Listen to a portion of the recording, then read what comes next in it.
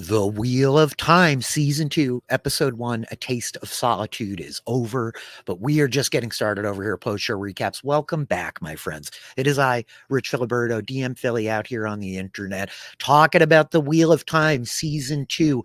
We have had our Road to Tarvalin kicking for the last couple of weeks, a few preview shows that you all have heard from me. Josh Wigler and I got together on Friday right after the premiere to talk about Episode 1, just Episode 1, on a very surface level, but I return to you today to deep dive Episode 1 of Season 2, A Taste of Solitude, and I'm very excited.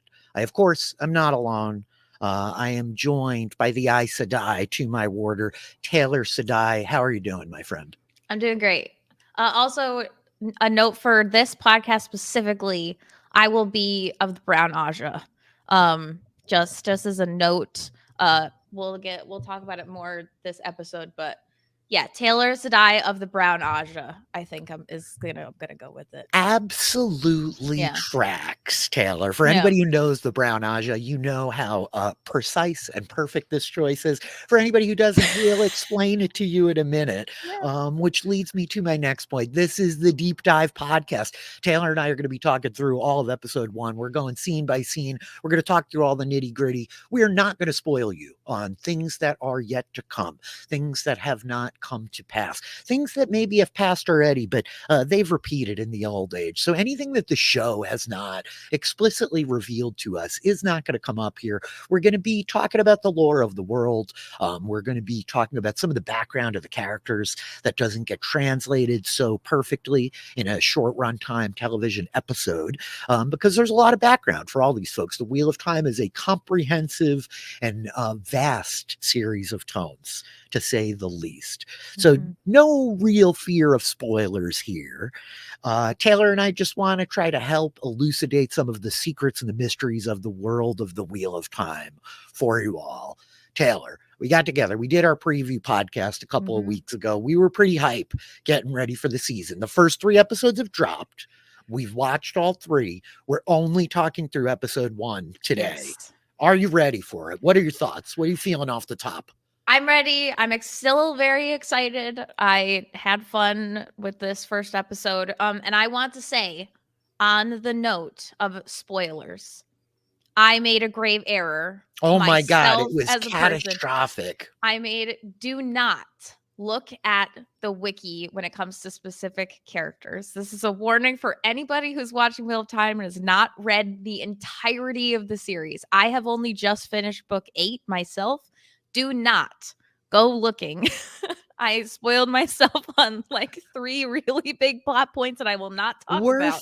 Noting that they're not necessarily characters who are even on the current season of the TV show. There are a lot of characters in the Wheel of Time. So we're not trying to telegraph anything that you all don't know. No, not at all. But yeah, the internet is dark and full of terrors, my friend. Lest I cross the IPs a little bit. Do not go searching. Do not Google anyone's names. Do not Google what happens in the Great Hunt. If you have questions that you want clarified about what you're watching in the episodes, hit us up. Come to the post-show recaps patron Discord. It is a friendly place. It is very safe. And you got a lot of people that are at various points in their read through. This is part of the nature of reading this series, Taylor, that you connect with people who are at different stages and they say, what book are you up to? Book 8? Yes. Oh my God. And then you have to go through an internal kind of Rolodex to try to get your order of operations sorted, figure out exactly where the story is left off according to what you know. But it's a really great warning for our friends out there.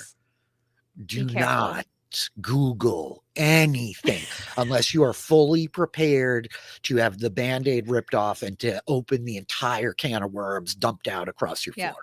Even the descriptions for the pages are not safe. Do not I don't mean to cut you off, but I'm afraid that even should you say more, we enter a dangerous territory, Taylor. Fair enough. But you have unfortunately stepped in a landmine of spoilers. I will continue telling you a bunch of other things that may or may not be true offline and attempt to confuse you enough that these spoilers won't matter by the time you get there. So, but as far as these first 3 episodes and what you have read, you're at book 8, you're about to close in on book 9, a real peak in the series right about Mhm. at the halfway point. So you don't know everything that's going to happen. I do not. Knowing what you do, how'd you feel about these 3 episodes? What'd you think? Just a little bit of like a teaser for folks that have probably watched all 3, your general vibes of what we got before we dive into episode 1 in full. So general vibes, I think again, I'm very excited. I am pleasantly surprised coming back to this. There are a lot of changes, but I think that the storytelling is still going to drive home the things that they want to talk about in this series and like have talked about in the books. And I think that they're being creative with the way that they can play with this in a shorter, they don't have like 15 books that they can cover in however many seasons of television to the letter. So I think that so far, I think they're handling it well. Yeah, the conversation I talked with Josh just through episode 1, I really can't wait for him to watch the other 2 because I think it builds really well across Mhm. these first 3. I think each episode is kind of incrementally better than the last. Um, and I feel like they've really honed in on the character focused stuff. We talked so much about season 1 being a little frantic, it moved a little bit Yes. too quick. The plot is so propulsive that we don't really have any time to connect and root ourselves in, especially the Emmons Field Five, but our main cast, right?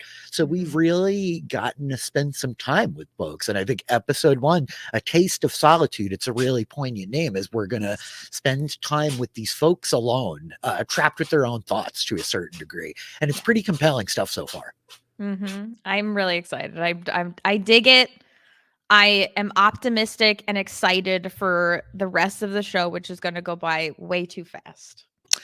Taylor, you note the brown Aja, like Varen Sedai and her new sister Adelaus, which I love. A choice I love. For folks who maybe want a little bit more context, I talked about it in our preview pod and with Josh a bit. In season 1, I think very intelligently, the show focused in on Blue Aja. These are the questies. They're out there in the world, boots on the ground. They're getting stuff done. They're active players. They want to be pursuing change in the world in a pretty aggressive way, in a pretty assertive way, I should say, maybe, where Mhm. a lot of the other Ajas are more passive. We obviously met the Red Aja in Leandrin as our kind of avatar. As far as the show goes, they're hyper focused with hunting down men who can channel. This is their agenda. They will have no borders. We'll talk about that in the context of this episode. We met the Green, Mhm. Alana Mosvani with her warders, Maxim and Ivan. They are not just fun-loving hedonists. They are the battle Aja. Yes. They are purportedly the Aja prepared to go to Tarmangaiden and face the Dark One. The most kind of equipped for that, though. Perhaps they've lost their way a little bit in the century since. Talk to me about the brown Aja, as some of the others, yellow, white, gray, are still being kind of like kept in the background. But Mhm. we meet these 2 prominent brown Aja folks. What should like new viewers know about this? So the brown Aja are gonna be your like book nerds. It's They us, it me. Yeah.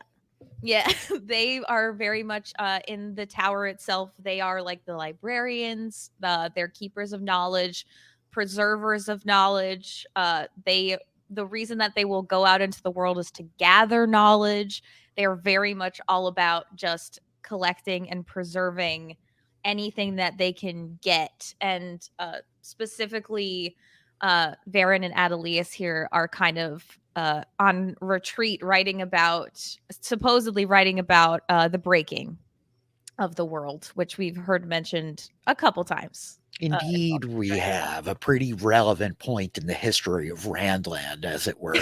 The other Ajas, I imagine, will come to more prominence as we go. There's so many Aes Sedai that we're kind of going to meet in this story, and we're going to have to shrink that number down. Mhm. But for what it's worth, the Gray Aja are really like the politicians. They're all about like mediation and diplomacy. The White Aja are kind of like philosophers, right? They're all about kind of like logic deductions, and they're really like they're taking a lot of the information that the Browns accumulate and like really studying it in the abstract to Mhm. extrapolate patterns for the Foundation fans out there. They're kind of like the psycho historians, dare I say. And the Yellow Aja are like the healers, right? These are like very much the herbalists, the like medicines, as it were. I'm sure that we'll get into it more, but as it is now, I love getting to see Varen. She's such a compelling character, Yes. and getting to meet some Brown Aja sisters felt pretty pointed. I knew you would be excited at least. Absolutely. And as a general note, I feel like the casting this season has been chef's kiss. Um, I adore our Varen here. She's Played by absolutely Mira wonderful. Ciala, have been directed So by the great. Ben Behind the Curtain for the Yes. Down the Hatch fans to laud her with much praise and exuberance. I don't really know her from any projects prior to this, but I love her in the role already. She Love her. really, that closing scene, I talked about it with Josh, but it just had tremendous weight in the way that Varen Mathwin has weight across the books. Yeah. Love her. Queen. Taylor, we're going to dive through the whole episode. We'll scene by scene it. You got anything else off the top that you want to hit before we get into it? I don't think so. I'm Okay. ready. Let us talk it through. So we open on our Dark Friends social. It is the Man Called Boar scene, the prologue from The Great Hunt. I said with Josh's pod, this is adapted beat for beat. It's really not. But amidst the things that are getting translated, it's one of like the closest kind of translations that we get. Yeah. And I think for me, at least, the stuff that we should be flagging for the viewers who are scoping this for the first time is that we don't need to be necessarily making immediate connections to the other people in the room, but the illusions of what we're seeing there should very much be setting us up for the rest of the season. The Dark Friends are everywhere, Taylor. Yep. They're in the White Tower. They're Aes Sedai. They're in Shineheart. They're opening the gates. They're the innkeepers chasing Rand and Matt around in season 1. There's a lot of Dark Friends. There's a lot of Dark Friends. There's some Sean Chan in there. We got the fingernails. It's crazy. Oh, yeah. Great call with the fingernail. So we have not met the Sean Chan proper yet, but we see those fingernails. We got a brief glimpse of them as they approached the kind of western shores at the end of season 2. Those ships that we saw rolling up to like ruin that one girl's sandcastle. These those poor are the little Sean girls are like just in the worst situations. I know the So little bad. girls in Randland are really being subjected to a rough time of things as we get this little kid at the Dark Friend social. What should we know about this scene that wasn't obviously apparent the first time we talked it through, Taylor? So not much, honestly. I talked about a little bit in the preview pod about this sort of confirmation of Ishamael, father of lies, betrayer of hope. These are all names of Ishamael, and he mentions that he's forsaken. And we saw them in season 1. One of the warders had them sort of set up in his room, the 13 Forsaken are going to be something to pay attention to, probably. Yeah, I think it's worth stopping down because I think this has been one of the things the Wheel of Time has maybe been pretty bad at is that we were introduced to this character at the end of season 1 who is seemingly the Dark One. Okay. Yes. And it's been tough to talk through this on the podcast because they're playing coy with it a little bit. But I feel confident that we've gotten enough now. Certainly, Taylor, the Amazon special features in this scene, when you open it up and it shows us Ferris, the actor is portraying Ishamael. Yes. This is not the Dark One, right? There is this belief at the end of season 1 that Moiraine and Rand are going to open the Dark One's prison so that Rand can destroy him once and for all. The Dark One, for all intents and purposes, we're talking about like the evil god of the entire planet, like the one. You know, he has many names, Shaitan, as he's called in the books. This is a deific figure of absolute power. Right. This guy who comes out, Moiraine will talk about, it's his closest lieutenant. And we see this name as Ishamael. If you've read the books, these titles that he throws out that you're talking about, they call me the father of lies. They call me betrayer of hope. The idea here is this is one of the humans from the Age of Legends, one of the Aes Sedai, frankly, a friend of Lews Therin Telamon back in the day. as he was talking to Rand at the end of season 1, who has converted himself to the dark, who's sworn his allegiance to the Dark One, and is now like the highest, most powerful kind of channeler in that order, and free to walk the world of men. He's been broken loose, right? And I don't know that the show has translated that well. I feel like they're trying to play coy with it, and it's led to a lot of confusion of like, who is this guy? And for folks like us who are trying to talk about the show, it's a bit of a tough discussion point because we don't want to blow up the spot, but it should be clear to the viewers, I think, by this point. Yes. This is not the capital Dark One. No. This is Ishamael is the Sauron, is the lieutenant, not quite the Morgoth, the like god of evil. This is a lieutenant. You will not go look up Ishamael on any Wheel of Time wikis, my friends, because we told you not to. But I do love this. The first line in his wiki entry, it's a quote. Yes, betrayer of hope, they gave me the name to revile me, but I will yet make them kneel and worship it. It's so Ishamael. Look, clearly this guy is a real mustache-twirling villain, and a magnificent mustache he's got. But I love what we get in this scene. You talked a little bit in our preview pod about, like, who is this girl? Does it matter? Is she just a stand-in for anyone? Is it kind of a representation of, like, how do you fill this room up with all these people to begin with? Like, you get them when they're young. You get them like this. And I love the sell. Ishamael as a man who was once honored and respected amongst the Aes Sedai, dare I say. The way he talks to this kid of like, do I look like a monster? I'm not a monster. It's really, I love it, Taylor. Josh was asking me on the pod yesterday, is there any bit of us that should be like, oh, maybe he's right? Like, should we be listening to this guy at all? I think honestly, yeah. I think what makes a good villain, at least for me, is that what their motivations make sense. And I think that we should be listening, and he will definitely give us, I imagine, some information. Every like little bit of things that he says, I would hang on to as Brown Aja. Oh yeah, but you're taking notes. But let me. I can do that. I can do that. Don't worry about it. But listen to what he says. I think the other big important thing about the scene, I can get into a lot with Josh, is the idea that he is giving directives to these dark friends. We're not going to kill Rand al'Thor, right? There's this big question of if Rand is the dragon and if he's building towards the last battle, Tarmangaiden, where he's going to face the Dark One.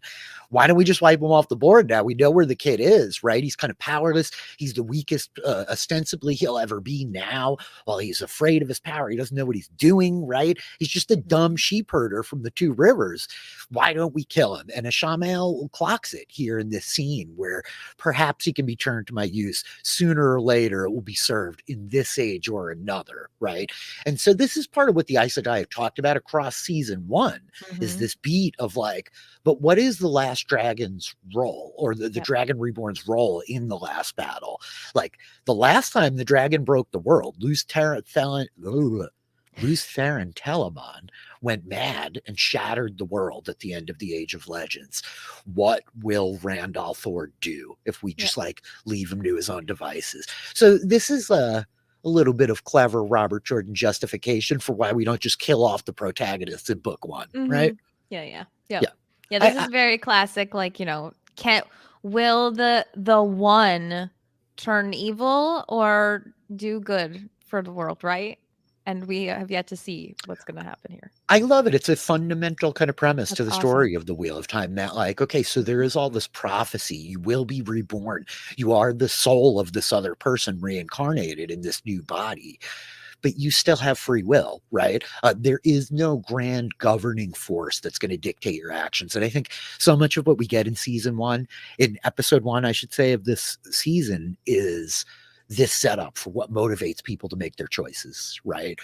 Be it Lan or Moraine or whoever it is. As we now shift over, you talked about Moraine. We talked about it a bit on the preview pod. Is she been stilled and permanently cut off from the source, or is she tied off? We're going to see somebody get tied off later in the episode, which feels poignant. But so Moraine hauling water up the mountain, Sadland training montage, he looks good. I just He's will say really that. good. Yeah, Yeah, yeah. Daniel, how you doing? Yeah. His homework, prepping for this. And then we're gonna meet Adelaus and Varen here, Mhm. at, like, the Casa de Aegean, as Josh dubbed it yesterday, this kind of, like, Mediterranean bed and breakfast. It's a really beautiful place, and Gorgeous. Adelaus is just as thirsty as could be, Oh my Taylor. gosh. It's so good. Do you wanna talk about these guys a bit? Yes, absolutely. So, I do wanna just say quickly, one thing that I found while watching on Amazon Prime is we get little locations, Yeah, we do. which is very helpful, Yes. and really wonderful, for, research purposes. But so that first scene that we saw is in Teleron-Riod, which Whoa, will whoa, whoa. One more yeah, time again. What are we gonna call it? Teleron-Riod? Yeah, that's it. It's Teleron Riyadh, Teleron Riyadh, Teleron-Riad. the Without the world O. of dreams.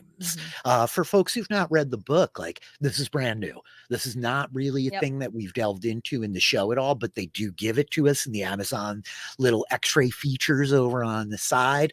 Just put a pin in that. We're going to Mhm. come back to it. Yep. Teleron Riyadh is a place of importance, but they do identify that Ishamael's meeting with all his dark friends in the world of dreams, Taylor. Yes. So, and then we go to this beautiful little what did Josh call it? Casa. I think I called it Casa de Aegean. He said it Oh, looked it's like a great. bed and breakfast in the Aegean somewhere. Yeah. And Yeah. so I'm just Great. putting a little more flowery language on it, a la Love it. Robert Jordan. Yeah. So, this is Tiffon's well in Arafel. But yeah, so we have Moraine, our ever stoic, ever cold, ever I can do anything by myself, just rock of a woman, hauling water so that she can take a hot bath, which is probably not as hot as she wants it to be. Um, Gosh, that was heartbreaking, just that very first scene with her hauling the water and then just it's such a relatable feeling to just be sitting in the bath and just having, like, just an absolute, like, mental breakdown, but you're at, like, somebody else's house, so you can't have a full mental breakdown, so you just hide in the bathroom. You have to Oh, compartmentalize your breakdown to just in the bathtub. You cannot, like, bring your drama out of the bathroom. You have this time while the door is closed. I do think, I talked about it with Josh. This is a huge deviation from the books. yes. This Moraine being cut off from the source, Yeah. and it's creating some obvious tension between her and Lan, Mhm. that touches on things we deal with later on in the series, but it seems like they're kind of really accelerating that a lot. I do Yes. think, Rosamund Pike is just so incredible. Like, Ugh. the power of this scene, you feel the angst and the weight and, like, the stress of all of it as she hauls this water up the mountain. This inclusion of Varen and Adelaus, this is a pivot from the books as well. Mhm. We open the Great Hunt. Basically, everybody's still in Faldara, right? Yeah. Like, Moraine's up there with the boys. All of the boys are basically on the kind of Perrin quest line that we're tracking here in Mhm. season 2. So much is different in terms of this. But Varen is one of the characters that shows up at Faldara in the beginning and kind of Yeah. connects with Moraine, and she's not inherently such a friend as she's presented in the show. So this is a fun change. And Adelaus has a different sister who's also Brown Aja, I Ye believe, and Van Deen, right? Mhm. And we'll talk Yes. more about the way those stories change, but I think this is one of the great adaptation choices is of, like, making Varen Adelaus's sister Mhm. rather than incorporating this whole other third Aes Sedai, right? Like, I get it. Like, Van Dien's great, and I don't want to, like, disrespect the Van Dien fans out there, but Mhm. this is a really good way, I think, to, like, collapse the storylines in a way that honors both parts of it, right? Yeah. We're still, like, honoring that part that Van Dien plays in the story by maintaining this relationship. You know what I mean? Mhm. Exactly. I found myself enjoying the way that they are condensing the stories. I don't think that anything so far has, at least this episode was not like anything that really got me and shocked me, like, Mhm. to the core. I could follow it all. I understood the decision making. Also with these 2 is Tomas. Variance Warder. My dude. I Yeah. love Tomas. We'll talk about him more as we go, but he's so different than the other warders we've met. So The idea of cute. this old warder, like Yeah. most of the warders we met are pretty young dudes, right? Mhm. They all look like very handsome young dudes. Yeah. And Mhm. Tomas is seasoned. He's Yeah. well seasoned, Taylor. He's like a bottle of wine. This man has aged well. And I love the like wisdom of a guy that has lived through this for a lifetime already, Yeah. rather than somebody who's at the kind of beginning of that journey. I think it's a Mhm. really great foil to create for Lan. And he's a pretty cool character in the books who doesn't always have a ton to do. So I like getting to see him carried forward this way. Me too. Really notable. Another returning character from the books. Fan favorite, baby. It be Bell Doma. Yes. But Oh. Taylor, what be this hair on his upper lip?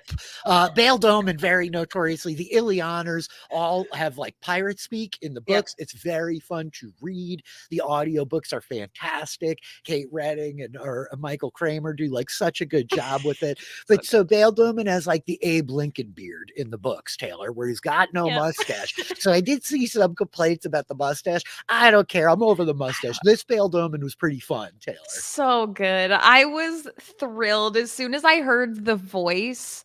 I was like, "Oh my goodness, it's Bale Dome. I'm so excited." I miss him so much in season 1. I think a lot of us did. The books, obviously, this is one of the deviations, but I was just thrilled to see him. And the scene with him and Moraine. Yeah, it gets really good. I mean, he makes this call out in the beginning, like, it's rare for my customers to call me so far away from the water. He's a boatman, and he's a riverboat man, as he'll talk about it later. That shows up very kind of importantly in season 1 to kind of haul Matt and Rand around after they all get separated after Shatter Logoth, right? And he's one of these characters that has a role like this across the books, where he'll like turn up and then he's gone. You know, he's there for a couple of chapters and then he's gone. So every time he turns up again, you can't help but like be delighted that we're at least off in the peripheral tracking the kind of journey of Bale Doman across this whole quest too. It's a character that like, I don't want to say easily, but certainly could have been cut and we don't have to include. So getting to see him here just delights us because we know he'll probably be used in the same way. Like this guy's going to pop up again. Yeah, and it's huge. It's also notable that this is the 20th person that has come to visit Moraine. Yeah, Taylor Sadai, will you please tell me why all these visitors keep coming, or are you just going to stonewall me and keep it to yourself? I mean, I don't know. I guess Moraine has her own motivations. I can only guess that lady is just searching for some information. You would think that, Brown Sister. As we cut to Egwene in the White Tower. This felt pretty awesome, right? Like, I know there have been a lot of kind of call outs to the Hogwarts of it all this episode, you know. I think in that way we could talk about the Brown Aja as pretty much Ravenclaw, right? Does that track? Hufflepuff elements, maybe, but like they're nerds. They're real nerds, you know.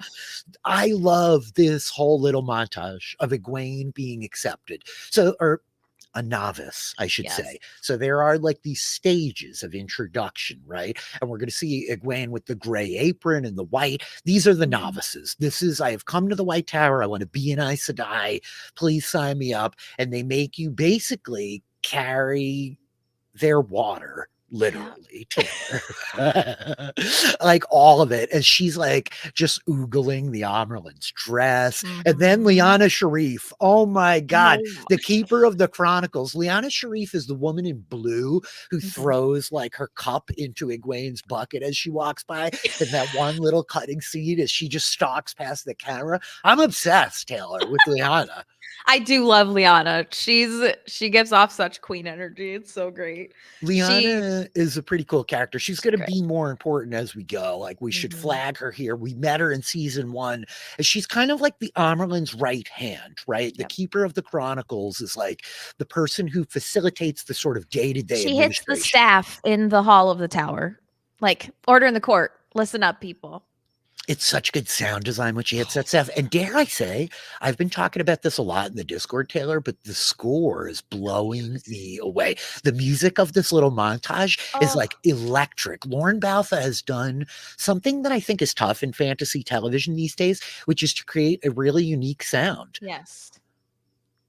Like, it feels to me distinctly of the Wheel of Time now. I think Mhm. especially having rewatched season 1 a few times in these last couple of weeks, it's not just this generic Western fantasy harpsichords and lyres and kind of lutes, you know? It really has this like international worldly sound that I am Mhm. loving, man. There's like a tempo and a kind of bass to it all that like gets your blood moving a little bit. Am I like crazy? No, not at all. I think that this is unique to this world, and I think that that's so wonderful. A lot of, you can search like fantasy tavern music Yeah. and like you'll get kind of the same thing over and over again. This is so unique and so feels like crafted for each scene that the music like really picks up, Yep. and it's beautiful. I'm in Lauren love. Balfe, a pretty up and coming composer, I should say. I believe that he scored all of the music for the Dungeons and Dragons Honor Amongst Thieves movie this Amazing. fall. He did Tom Cruise's most recent Mission Impossible. So, like, this guy's got some credentials that are really great chops. And when you talk about it being crafted for this world, something that I really didn't give enough kudos for in season 1, but all of the dialogue in the Wheel of Time music is sung in the old tongue, Yeah. which is kind of insane that they're like translating this language that like Jordan didn't even give us like a very explicit translation in the way that Tolkien did for like Sindarin or like any of the Elvish, right? Like Mhm. Robert Jordan wasn't a linguist who decided to write a book series to justify his language. And that's like Tolkien's starting point, you know? So it's so, there's just such care and attention to detail. But yeah, the music is kicking. But we track Egwene as she goes Mhm. through Alana's study, which is like, again, delightful. Yeah. Wheel of Time season 2, super thirsty, Taylor. Oh my gosh, the thirstiest. I mean, like, It's really, so true. as we're gonna try to like get the literal novices to make water to drink. It's like, yeah, I see you, Wheel of Time. But so this whole beat, as we get like Nynaeve down there, Oh and my the whole goodness. deal of Nynaeve is like bitching, where's the Amerlin? We should be paying attention to that. The Amerlin Yes. is not in Tarvan. She's not in the tower. We don't know where she is. We'll talk about it when we talk about it. Mhm. But more importantly, Alana's gonna like run them through this test, and the weaving, all of the effects. Like as I'm talking about the music, I feel like they've really leveled up the special effects game. As like the weaves, the magic, it looks dope. She starts channeling Earth. We get this green look. The air is like whitish blue. I love what they're doing with all of this. Just the way that she articulates it all, Taylor. Mhm. I love this scene. It was just so funny and very relatable. Alana, I love that, Egwene like walks in on her and her warders having a good time, and Egwene kind of freaks out a little bit and runs away.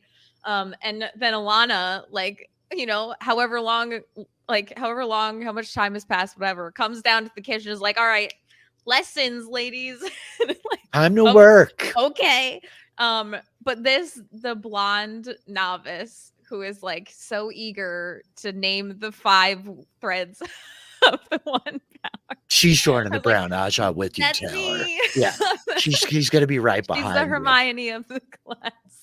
So, but That was this is wonderful. great because this is a thing we didn't talk about a lot in season 1, and I think when you go back and watch season 1 and you have this context, it makes especially the premiere episode a lot cooler as Moraine is, like, fighting off all these Trollocs, Mhm. but the elements, like, what should we know about channeling? What ultimately is she, like, teaching us here? Yeah, so there are the 5 threads, which she said in such a crazy order. I was like, "What is this order? Nobody says it like this." It's earth, fire, air, water, and spirit, right? This is like, that's the She Avatar, The doesn't Last pair them at Airbender. all. Yeah, No, there's no, it's just like, good moving, and it's crazy. not Heart, Captain Planet fans. It is Spirit. Spirit's the Spirit. last one. It's kinda like Heart, but it's not Heart, it's Spirit, okay? Yeah, it's not hard spirit. But yeah, I mean, it's the elements of the pieces of what like makes up the world, and they literally pull on these threads and like use the natural power there, like in season 1, listening to the wind, right? Like Mhm. it's very much related to just the world and what you have access to around you. And you see it when It's Moraine's great. fighting off the Trollocs in the Two Mhm. Rivers. She rips apart the wine Right. spring inn, right? She's like Yes. pulling from the stone of the buildings. She's pulling from the fire of the Beltane fires, right? So it's all about like drawing these elements out of the world around us. Spirit, obviously, is hard. It's hard. I'm sorry. I keep trying to say it's not, but it's hard, Captain Platypus. It's that intangible thing that makes life Mhm. live, right? Whatever Life needs philosophers things put to your live, yeah. yeah, life needs things to live. Yeah, as a Right. famous druid once said. So, put your finger on that. But I just love the way she articulates it. And even the whole notion of like weaves that they're not spells, like weave them together, the visualization, it's great. But the actual big takeaway here, Taylor, Josh felt it was really bad teaching technique to stand before the prodigal student in Egwene and say, yeah, the like all consuming effort you're putting into this is great, but this person's 1,000 times better than you and they're not Dude. even trying. So, like, actually, could you please try? Because if you tried, you would be so much better than this person over here, Egwene. Like, what is going on? But Nynaeve would rather drink the gray water Mhm. that, like, really, let's think about what's in those buckets, people. It's a Ugh. medieval tower. Ew. She would Ew. rather drink this gray water than to even try to cleanse it. And Josh asked me why doesn't she want to, and I was playing coy with them a little bit yesterday, but I do think she has one line in this scene where she says very quietly, "No one should have that much power." Mhm. That seems pretty insightful to like Nynaeve's point of view here. Absolutely. Yeah. Nynaeve is not the type of person that wants to like get up on the pedestal and be like, I'm the best, whatever. She wants people to listen to her. Certainly, she was the wisdom of the two rivers. And girl has had way worse to drink than whatever is in these Aes Sedai's like diets at Tarvalin. Like, she's fine and she knows that she's fine. I did think this was funny though, the weaving. I thought that they were gonna like separate the water and earth that was like in like the whatever particles were in the water and like purify it, but the pouring like through the like a sieve Yeah. of weaves was really interesting. But I love Nynaeve being like, this is ridiculous. And also poor Egwene. Egwene is like working her butt off, and it's like, yeah, you're like really powerful, but Nynaeve is just in 1,000 years, we haven't seen somebody this I don't mean powerful. to keep talking about it, but yeah, shades of like Hermione and Harry of like, oh, Yes. chosen one, you're so important, while you have like the number one student over here, like getting it done. I mean, I really Ridiculous. feel for Egwene here. Story of my life. I think it's really interesting that we open the scene with Nynaeve complaining they haven't taught us anything. They Yeah. just have us like cleaning floors. And the second somebody shows up to teach her something, she's like, "Get wrecked! I'm out of here. Like I want nothing to do with you, Alana Moswani." And she just storms out. Right? Mhm. Nynaeve clearly dealing with her own internal issues. Taylor. Yeah. Um, this brings us to the Aes Sedai Council that we're going to see. I Mhm. love this. This is where we're going to meet another one of the important new Aes Sedai that we're meeting this season in Shiriam, Mistress of Novices. Taylor, what's up with the Yes. Mistress of Novices? What should we know about that? Shiriam is, she means business. She's the mistress of novices. She will like invite you to her office and you will get switched if you put a toe out of line. She's Worth noting, yeah, there's a lot of like abuse happening in the books. There's a lot not, of like yep. Aes Sedai beating each other up, and yeah, switches everywhere. Yep. Not great. But she is just a very like strong. I mean, much like most of the Aes Sedai, she's an incredibly strong-willed woman. Somebody to keep an eye on, certainly, as we move forward. I like how they just put a yellow Aja sister in the back, just sitting in a chair.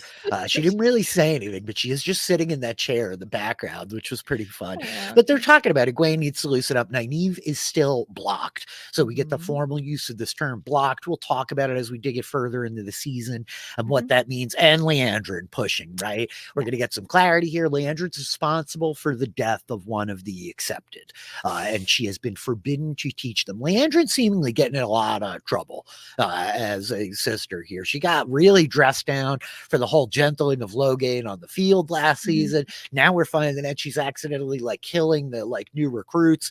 That's not great. But she ultimately is pushing on the speed of like, look, something is happening. The world is waking up. The hunt for the horn of Valir has been called the Great Hunt. They said the thing. Leo pointing at the screen. We're Leo pointing. Trolloc raids are happening. So I love that we're calling back on this, and they call it out, Taylor. We will say no more, but there's a false dragon in Saldea. That seems important to me. We'll talk about it if they talk about it more in the next couple of episodes. But ultimately, she's going to convince Shiriam, like, just let me talk. Like, it's just a conversation. And Alana seems to be the only person in the room who's like, this is a very bad idea. Terrible idea. Nynaeve, we know our girl Nynaeve has quite the temper, and she is incredibly stubborn. Her face is just always like disappointed, like internal rage at all times. Yeah, And resting Nynaeve face. Yeah. yeah, and Leandrin is a red Aja. She's incredibly aggressive. Like her personality is very forceful. And I think that there's something there that Nynaeve can respect, but maybe shouldn't necessarily listen to. But Leandrin is really charismatic. So Alana is right. Her instinct of like, no, you guys, why are we going to let Leandra talk to Nynaeve? This is a terrible idea. Feels like a real bad influence for the very angry young woman who is more powerful than everybody else in the building, right? So I'm with you there. We're going to jump to our second real sad boy of the episode, who is Perrin, Abara. Loyal, seemingly super cheerful after surviving his stabbing at the end of season 1. Loyal's doing great. This is Loyal's disposition like throughout the books, and I just love it. Loyal is just so excited to learn new stuff and be in new places and have some friends around that he loves Perrin, you know. But so Perrin's like writing these letters back to Egwene and Nynaeve. He's writing letters home. He hasn't heard word of Matt yet, and we're gonna meet the Shinarans. Yes, especially Uno Bloody Nomesta.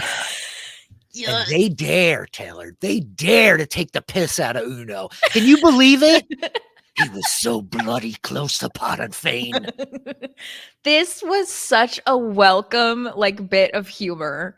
As I was talking in our preview pod, I feel like this show takes itself incredibly seriously. Yeah. So whenever there is a little bit of just some human like, you know, they're playing with where there's pranks, like joking with each other, it is so welcome. Like to just some smiles on the smile on Perrin's face was like, oh, you can smile. Look at you. I saw a lot of that out there on Twitter of time of like, look, he smiled. When is the last time we saw him smile? It was definitely in episode 1, you know?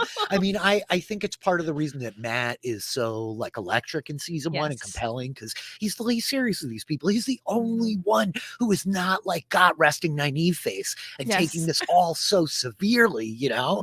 And so it feels really good to get some levity. Like, my friends, brace yourselves. I am going to be the number one Uno Nemesta Stan account for the rest of the season at least. And I'm memeing a little bit, but really it's like, it's because Uno's fun.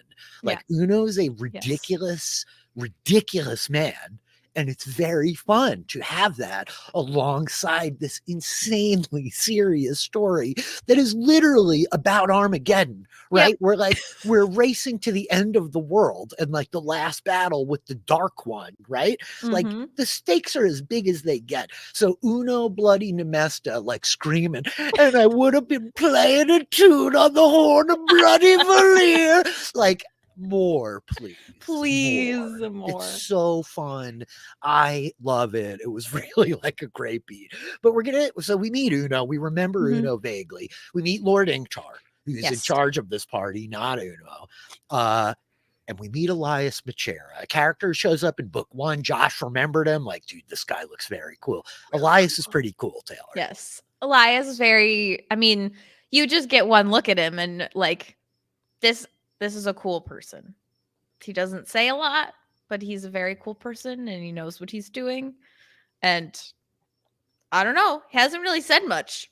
He's got Boba Fett energy, Taylor, and what I Yes. mean by that is as a very old man with gray in my beard, like, well, the first time Boba Fett walked onto, like, a movie screen, people went wild. Like, who is that guy? He doesn't need to do anything. He doesn't need to Mhm. say anything. He's just there, and all of a sudden, people are obsessed and want to know more, and I think he's, Mhm. like, the big Boba Fett of, like, "Oh, Oh, dude, yeah. who is this guy?" Right? The Mhm. sniffer, I would be remiss if I did not note Huron. I'm sure we'll talk about Huron more on the book club, but this is a wild deviation. Elias is already introduced as this kind of guy who's got some abilities maybe similar to our boy Perrin early Mhm. on, but we meet Huron here as this guy who can sniff, and the like visualizations that we get as they kind of like come into the camp is pretty interesting.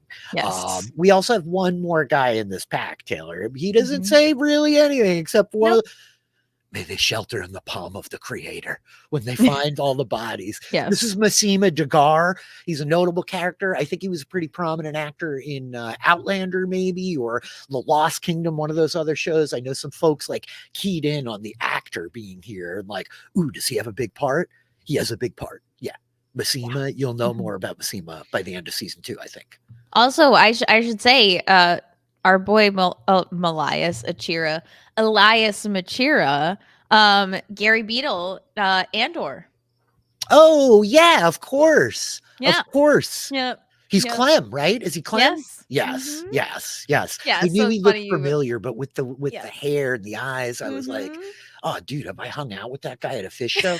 Um, so Great. we see like the touch of Perrin's visions. Massima checks his thing. Though Mhm. then we're right back to Baildome and Moraine Taylor. As he's gonna like break out this thing. He's got this weird mechanical device from before the breaking.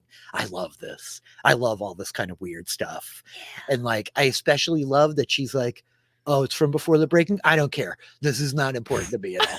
And it's just like, but like, did you guys see that thing? Did you see that? Were you paying it? It looked pretty old.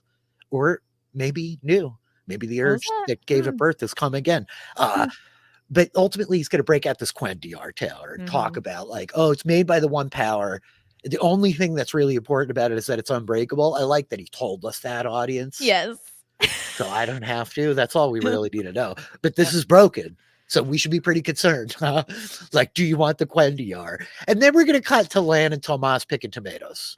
Oh, I love it. I mean, Lan is not doing a single thing No, except it's for really just complaining. Tomas picking tomatoes. It's kind of like Yeah. you at work with a lot of your coworkers, I imagine, Taylor. Absolutely.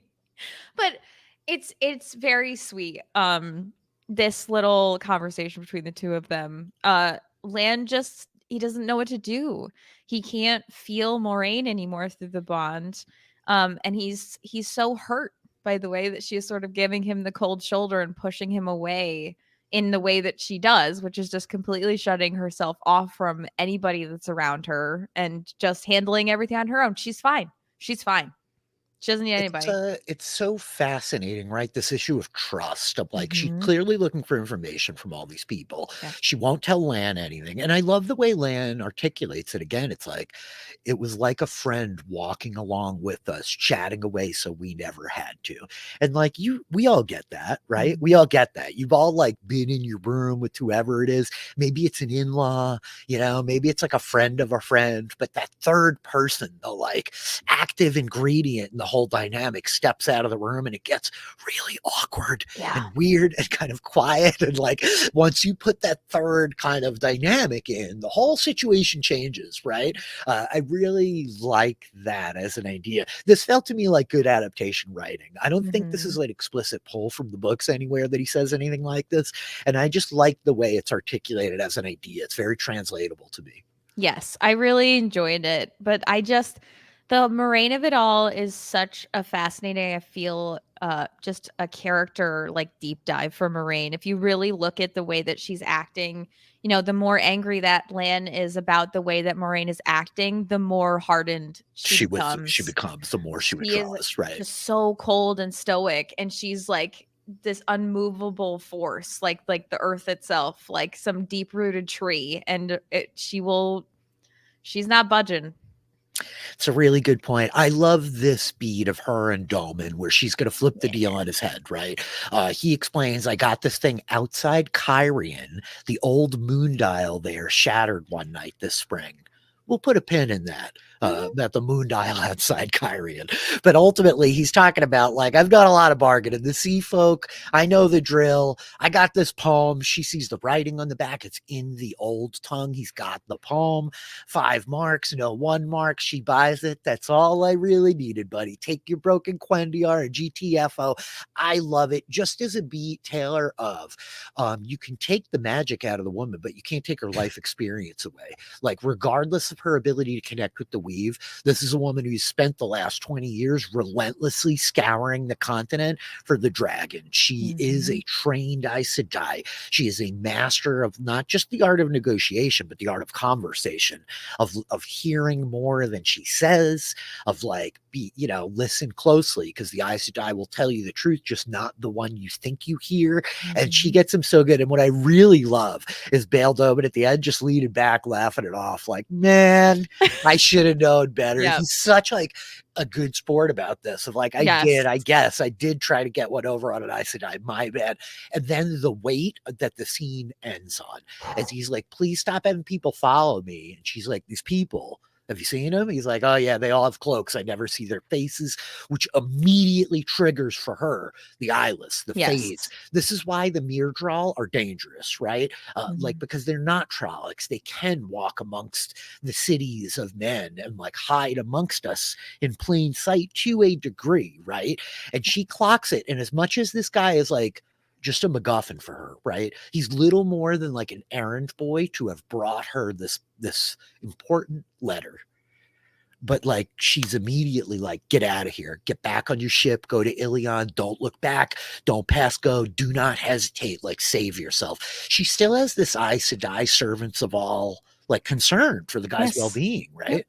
Yeah, I mean, she still is bound to her oaths, and she, like you said, you can't take away that her life experience of being an Aes Sedai, and she cares deeply about this mission that she's been on, and cares for the people that are around her.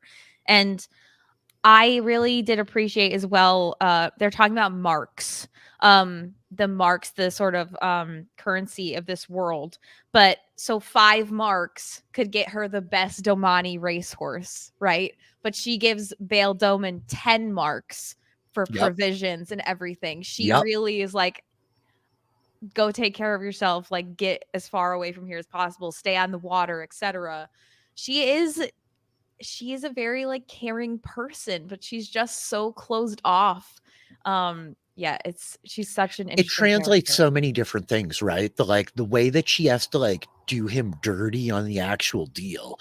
It's like, buddy, you just came into a room with an Aes Sedai and insulted me, and then you tried to get one over on me, and I'm going to put you in your place. And she says it, like, think twice the next time before you insult an Aes Sedai. But when it comes to actual like concern for his life and well-being, it's nothing to give him the money and be like, go make yourself safe, go keep yourself safe, right? It's not like a carelessness about people in general. There is this pridefulness and this regality that needs to be maintained, right? That's part of power, is maintaining like the trappings of power and the weight of them. She can't let him walk out of this room having like gotten over on an Aes Sedai, because then he's like a tongue-lolling sailor who's gonna go run his mouth to everyone else and their cousin about how he did this, right? Like, he has to like end up in his place there, but with real concern, like, she'll rise to the occasion. It's a really great character note, and I love that you honed in on it. So this letter, we don't see a word on it, Taylor. Not a single word. We know kind of what it says from the books. There's a point where Padan Fain is like captured and held in Faldara and will escape very early on. It's in like chapter 5, chapter 7 of A Great Hunt. Padan Fain gets away from Faldara. He has the horn, and we're going to chase him down, and it's a big deal, right? This is such a different pivot. I don't want to dig into the poem here yet. I think we're going to save that for the book club, and for folks who want to like know a little bit more about it. Prez and I'll deep dive all the ins and outs of what exactly this parchment says Mm-hmm. Yeah, I don't know how many viewers out there. There is a point where Moraine sort of turns around, and you can see that there's a good bit of writing in this poem. There's some hefty paragraphs. So if you want to go check that out, book club pod. Book club pod, don't Google it, don't Google it, Don't don't Google Google it. it. Nynaeve, meanwhile, training with the warders, her best friends, Ivan and Maxime. I love this beat where she's like, Alana's a real piece of, and he's just like, Alana Sedai to you. I love it. Like, Oh they're her friends, but like, no, it's the same as no. Moraine of like, you have to maintain these trappings of power. Like, it all really matters to the people that it matters to, Taylor. Yes. Yeah. I loved this scene. It's so naive, right? She would so much rather be outside like learning how to sword fight, feeling like she's actually doing something than being inside like slaving away for these like powerful women. It's a great beat and it hones in on this one really like thing of like, why are you here? The only reason that keeps you going is the reason that brought you here in the first place. What is that? Well, it's different for all of us, right? Mhm. And like you need to figure it out. The sooner you figure it out, the sooner off you're going to be able to like succeed here, because every lesson that these Aes Sedai are giving you is ultimately driving to the same answer, which is like, why did you come here? It's so simple, and I love the Mhm. way that they get to it. Oh, I love so like sweet. it's not like quite like from the mouths of babes, but the idea that these warders who are not so concerned with all the philosophy and the high-mindedness of the Aes Sedai like can boil it down to something so plain, and Mhm. that's what Nynaeve needs to an extent. She's like a salt of the earth person, right? Yes, 100%. I loved this. I loved that little moment where I fell in love with a warder and I fell in love with an Aes Sedai. And oh, you always make me feel like they're real. It's so great, but listen, everybody is looking for a purpose and they have found it and they're happy with it and they went through the rigorous training to be a warder because that's what they wanted to do. And yeah, Nynaeve needs to hone in and find her reason for being there instead of just sort of, I feel like Nynaeve is our protector. I mentioned this, right? She very much sees herself as the protector of these kids. And the only one that she has close to her right now is Egwene. Yep. So her purpose is like Egwene and not really herself. And she needs to look inwards and kind of take a look in the mirror a little bit. I couldn't have said it better myself. And so she does not look inwards. She just keeps looking for Egwene, but she can't really find her at first Yeah. because Egwene's talking to Alana. Again, just to like the humor of it all. I really love the other thing just before I move on, I guess, is that Mhm. I love the idea that these warders, they're motivated by love, right? It's like not for Yes. glory. It's not because they're like some profound virtuistic paladins that want to defeat the dark one at the last battle. It's not about any of that. It's these simple human drives that like we can relate to. Like we may Mhm. not be warders in the White Tower, but like I've done really dumb things for love, like really dumb ones, you know? And so I just love that like Mhm. it is these human things. And again, the way I think the theme of the episode is honing in on this question and this mission statement kind of for everybody of like, what are you doing this for? Why? What's driving you? Why are you Mhm. going to keep doing it? Yes. So yeah, Egwene and Alana, like this is just hilarious. Alana Mosmani is so fun. She's a character who is not nearly this fun in the books. Like she's No. a bit over the top and at times problematic, dare I say, Mhm. but she's just so much fun on this show. It's Fun. delightful. This scene was very funny to me because the first time I watched through, I was with Egwene the You're a entire I 1000% Egwene, right? Yeah. I had no idea like what was happening. I Anybody was who's like, listened to a podcast with me and Josh Rigler knows I am also a Gwen Taylor. I'm like taking it all so literally that it like takes me a minute to realize, like, oh wait, we're talking about two totally different two things totally different here. things. I absolutely thought that she was just talking about like some intimate relationship with the one power and how she like channels it. And then and even on the first watch, I was like, I did I misunderstand something there? But I like my first watch through is just blind, no pausing. I have to force myself or else it will be a problem. So I just let it go. On the second time through, I paid close attention to Egwene's wording, and I was like, Oh, it really was, like, she really was explaining how to be with 2 partners, and I was like, "Oh, Follow your right over my pleasure, right Taylor. over I my mean, head." it honestly, it really mirrors what she's saying to Nynaeve with the funneling scene, where Yeah. it's a thing from the books where they talk to like the novices about imagine this bud, a flower Ugh, bud opening up, and I hate the Alana's like, flower. imagine the bud, It pink doesn't and work. supple. And No. yeah, Nynaeve's like, it does not work. No, Does stop. not work. Stop it, Just Alana. you just X Ugh. carded me on a podcast. That's pretty good. Um so we end up going here. I love this final beat though. The thing that Alana gives her at the end. Remember, Gwen, things are messy before they're perfect. Yes. Nothing worthwhile is neat and tidy. Alana, I feel seen. Thank you. Yeah, It I really like it disagree, works for though. me. I disagree. You disagree? I disagree. When things are neat and tidy, it's pretty nice. But do they start that way, or do you have to put in effort Sometimes. and energy to make them neat and tidy? In other Nothing words, my worthwhile is neat lawn, and tidy. yeah, it's not. That's not true. I don't agree, Alana.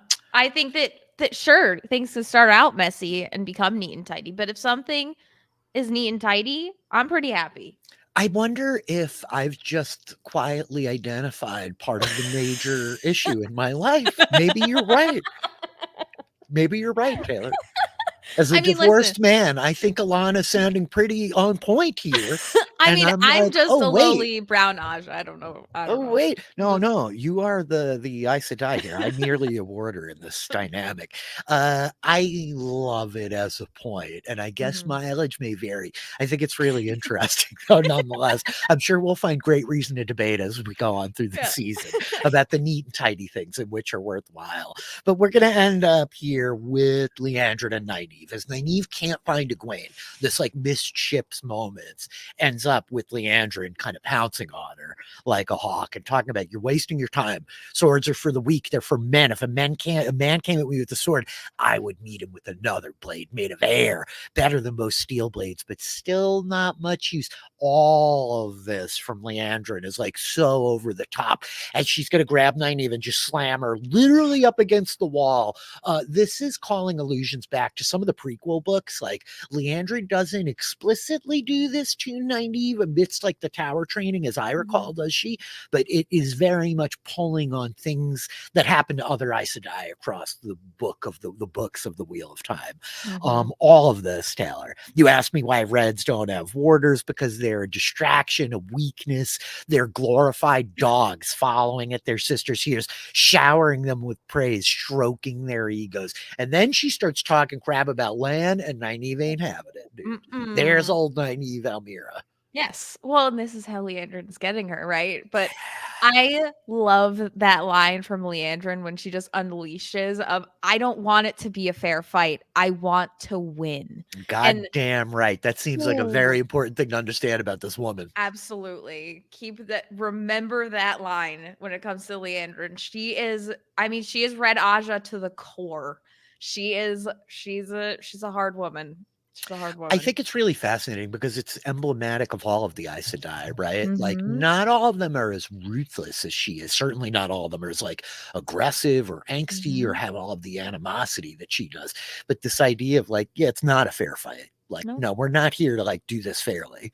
Like, we are your batters and we're gonna win. Yep. And it's Aes Sedai, so yeah.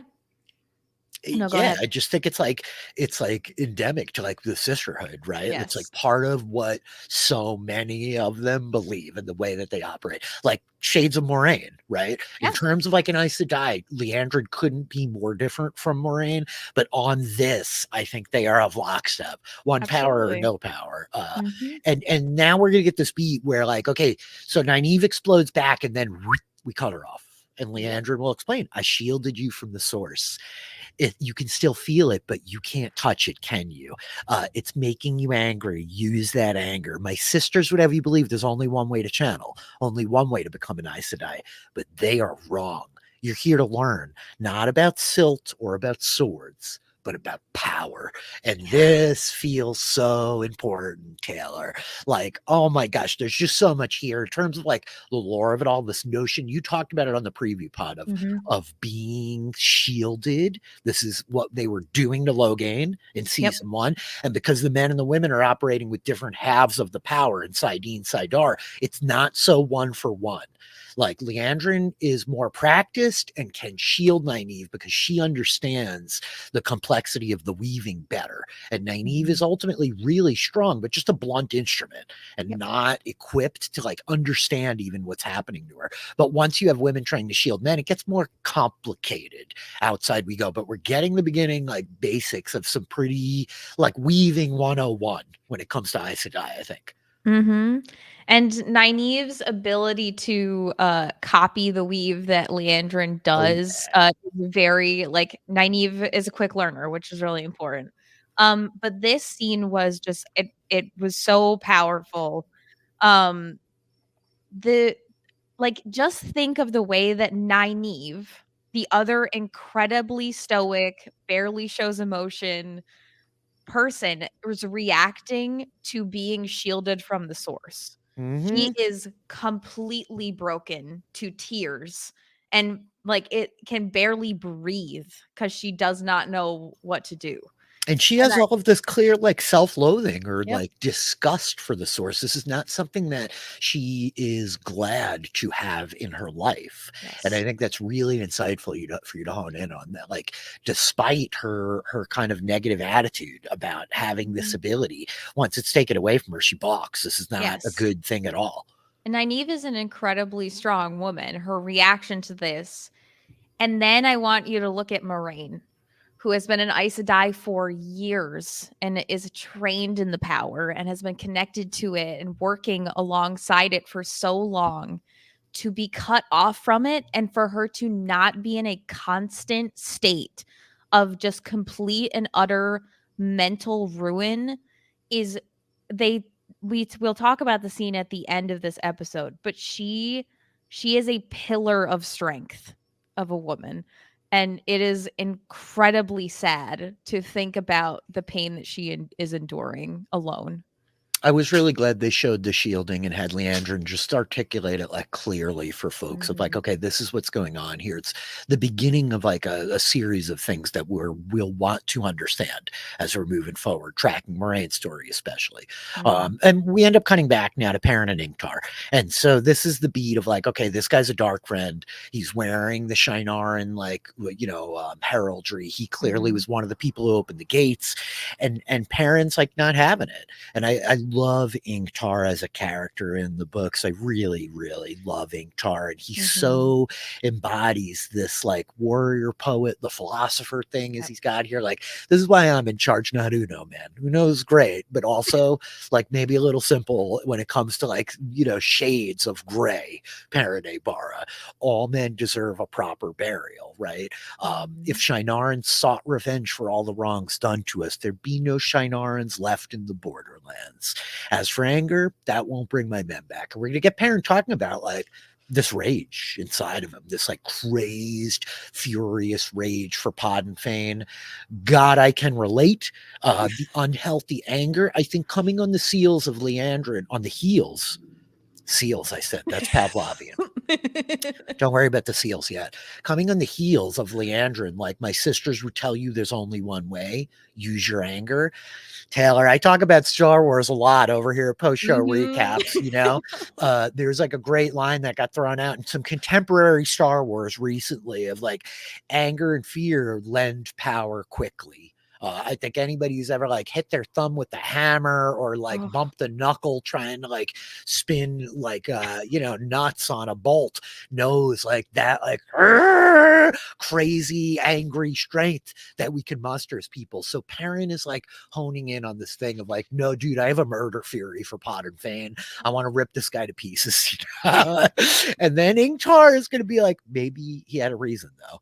for doing what he did. You may not like the answer, but you may find it worth asking the question. This feels pretty pointed. Again, I keep talking about it. What drives people to do the things that they do, whether it's Mhm. Moraine severed from the source, Leandrin like physically abusing Nynaeve to get the reaction out of her, or this nameless guy going into a hole in the dirt to like serve the dark and take his O's. It all feels pretty interesting to me. It works pretty well. Yes, I agree. I thought it was really interesting. And I mean, thinking of Perrin from season 1 walking along the Tuathon Mere for a really long time, or the Tuathon. The Tuathon.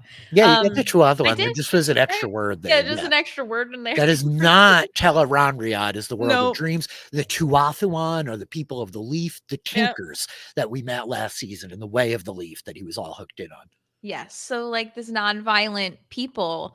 Um, and yeah, I mean this is a constant struggle for Perrin of his axe and not picking up the axe. We saw in the final episode of season 1, where he like sees the axe or he runs, and he does decide to run. So I don't know. This is an interesting beat for Perrin and will be something that he's going to go back and forth on for a while, I imagine. How you feeling about the Perrin story so far? We got little bits of it in here, but like upgrade because I know Perrin is like a love-hate character. People Mhm. like are all in on Perrin, or they're like, this guy. Oh, I do go back and forth because I love Perrin. The way that he acts is very understandable to me, but it also is like a little bit annoying. Like yeah, he's all the like boys are a little bit a annoying, little bit just straight annoying. up. Yeah, yeah. So I'm interested. This whole little piece that we got of Perrin throughout this episode is it's a lot of these like looks, right? It's a lot of looking. It's a lot of Yeah, very eyes pensive meeting. feels. Josh flagged that he's got big Kit Harington energy, like early Jon Yes. Snow, Yes, he does. brooding and pensive and Yes. scowling, Mhm. right? He's like very upset, in case it's not clear. So upset. Yeah. I really love Marcus Rutherford in the role. Yes. I like think this is a pretty good start. I think it was Mhm. good to like hold back a little bit of the boys and focus where we did. So Yeah. we're going to cut back to Lan and Moraine. This is going to be, their first big conversation here. Where Lan's like, listen, don't smile at me. Like she's teasing him as an Aes Sedai not allowed her secrets. He's like, shut me out, try to drive me away, whatever you want, but don't you dare just smile at me. I am not like here to be trolled by you, Moraine Sedai. It just like strikes me as like, like she's so kind of smirking at him and all that. He's like, dude, I get what's going on. We need to stop pretending there is not a problem here. There's clearly a problem. Like, if Yeah. we don't want to talk about it, if you want to old yeller me and run me out Oh. of here, like throwing rocks, like go right ahead. But like, this is not Oh, fair. Rich, why did you have to bring I'm up old sorry. I'm Yeller? not allowed to evoke Old Yeller in the midst of a podcast. Old Yeller is a Oh, little bit wrong. It wouldn't be a full Old Yeller scenario. I'm I taking it guess. up a little high. I'm sorry. Sorry for the Old Yeller call outs out there. Borders are not glorified dogs. Don't compare Lamb to a dog. I don't know. Leandrid's saying things now. I don't know if I can trust Oh my Alana's words of wisdoms anymore. I'm really rethinking my whole worldview, Taylor. I'm feeling a little lost. Fair enough. I mean, I feel like a lot of our characters are feeling a little bit lost. So that's that energy that's going to be happening. But yeah, this is what I like just said before, right? Lan is getting angry. He's breaking out. Burst it. What it Bursting? Breaking? I B don't know what words? I'm looking for. He's exploding with anger, this like built up emotion that's inside of him. And Moraine is not, even though she is just as filled with emotion. And she is just, everything is fine. Everything is fine. I'm good. Don't worry about it. I have my secrets. Stop worrying about me. And Lynn Fine, is like, Moraine. I will. Go cook your own dinner then. yes, which is just going to make her dig her heels in even farther. And I love the maintaining eye contact to sit down in the chair ever so gracefully. Like, okay, bye.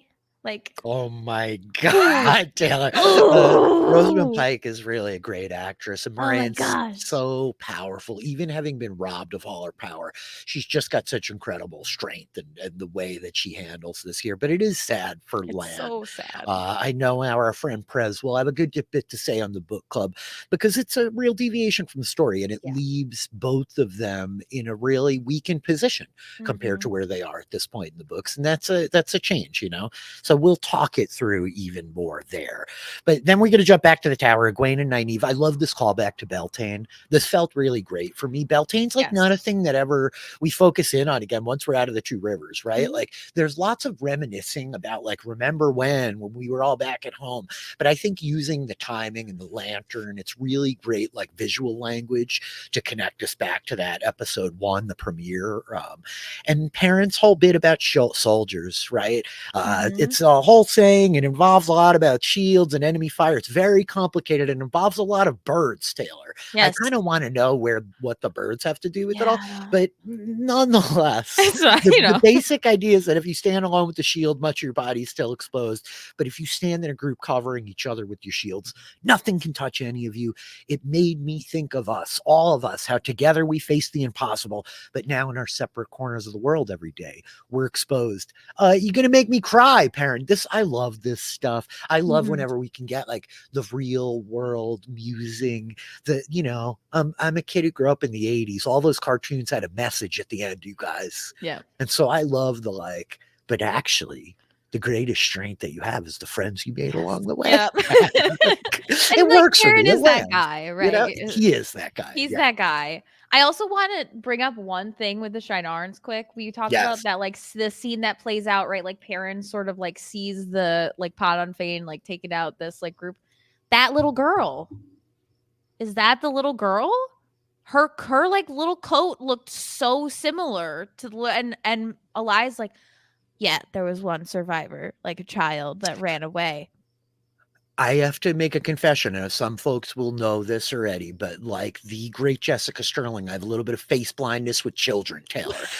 They're small, they're medium, they're large. I don't really, like they're not hobbits, they're there in the scene. So I'm not really sure. I know it's a little girl. I definitely don't know if it's the same. We can put a pin in it. We'll circle back Mhm. and try to figure it out before our episode 2 I coverage. I like went back and like looked really deeply at like the little girl's coat and it looked really similar, but in the shot that we see the second time she's running away. Mhm. So we don't even really see her face. Mm-mm. So I have no idea. But Yeah, I just wanted to put a pin in that because I was like really interested about who this little girl is and now she's like survived, well, maybe if it's the same little girl she has maybe. survived this thing. But anyway, We'll keep our Perrin and eyes out. I Beltane and wonder this if wonderful big those little thunder. girls are the same, and if they're the same one from the season 1 finale of the Shanshan. That little girl has been, like, running the whole way Another like Dana. Tuniran Yeah, who's, like, survived everything that she's come in contact with. could But be. We'll check in on it. I like that yes. she had the loyal dog. That felt, like, really sad to make it Yeah. extra tragic, and a callback to the Tinkers, who, if we Yes. remember, had, like, dogs to Dogs. protect them because Mhm. they're all nonviolent. I like that the Tinkers' dogs are allowed to be violent, but they're not. It's, like, such a fun Yep. loophole to me. Yes. But to circle back to Perrin and his letter, I loved this little saying about the shields. I did have a moment where I was like, I went to look back at the Shinarans that are, like, with Perrin, and I think, like, one of them has a shield. Yeah, the Shinarans are notably very famous as being cavalry. They are like the excellent lancers. You put them on a horse with the lance Yeah. and they can like run rough over any enemy army. So not necessarily like clutch shield users. And Yep. especially like when you're on a horse, it's really hard to get close to the other guys on horses with lances. You don't really fight in that style, but nonetheless, it's a good lesson, parent. It's yeah, it's wonderful. Uno's Love got a him. lot of stories we had mentioned. So we used the same letter to shift gears for the first big reveal here of episode 1. We've been holding back a couple of our Emmons Field 5 and Matt and Rand. And the way that we're going to roll right over into Leandrin reading the same letter, but Oh, omitting this critical last line. I miss you both, Rand and Layla, especially now this close to Beltane. Let's promise that next year the 4 of us will celebrate together. 4 of mhm. us, you say. Well, Rand is dead. So you must mean the 4 of us from The two rivers who all Yep. left together as best friends. Oh, Loyal, actually, who you're going to mention in the next sentence. Loyal and I will come and meet you two, to like really hone in on the four. And Yep. Leandrin obviously does not repeat that last line that Perrin adds, which you would think Matt's like, could you leave that letter here? Can I verify what's Yeah, happening? Right. dude. But I love this just as like a character move for Leandrin. Mhm. Follow up, very notably, Moraine tells, oh my gosh, what's her name? A Lady Amalcia at the end of season 1. Send word to the tower, to the Red Aja. They need to find Matt Cawthon. That really feels pointed. And I love that we pay off on it without doing a bunch of exposition about like, blah, blah, blah, Moraine told me to get, blah, blah, blah, you know, Yes. like we just jump right in. Here it is. Matt's in the tower. Get over it. And also we get confirmation that Moraine did succeed in convincing everybody that Rand is dead. Yep. We sure did. Somehow she did it. She's a master with those words, that Aes Sedai. So I would love to hear what she told them, but they all think that Rand is dead, especially Egwene. For some but he's reason. not dead, Taylor, because I saw him in this montage right here. We go into the lantern montage and we see Perrin lighting the lantern. He does this thing with his ring, clearly. Like I kind of read that as like he's trying to put the past behind him, right? He's trying to absolve himself of this guilt that he's burdened himself with over his wife's death, but he just can't. Right. He can't physically part with the thing yet. So he'll pick the ring back up and hold on to it. Is that where you're at? Yes. Yeah. It was very much like he's trying to let go, but he can't yet. So which feels, that feels right with Perrin and his conflicts. I know you want to talk about this. Egwene's really sobbing about what happened to Rand. She misses him so much. So much, Taylor. I just miss Rand so much. Shut up, Egwene. Somebody get Edna Mode from The Incredibles in here to whack her across the face with a newspaper. Pull yourself together. You are in the White Tower, ma'am. You are a novice of the Aes Sedai. Get your shit together. It's been months, Egwene. It's been months. Come on. From the Brown Aja, Taylor Sedai herself. Listen, in Egwene's defense, right? She loved this kid. They grew up together. That's her crush. She was all in on him. She thought they were going to get married. She told them they couldn't. They fell out. They reconnected. And I think ultimately it's the idea that he's dead, right? It's not just that like, oh, I didn't help Rand. Oh, I miss him. I'm like this like really just prissy teenage girl in my feels. It's not that. It is this weight of like, I failed my friend and he died. Like he died. He is dead. And that's a tough thing, man. Grief is tough, especially when you're dealing with somebody that like was a romantic partner at one point. For sure. I understand. I'm not trying to convince you. I'm just articulating the other side. No, I know.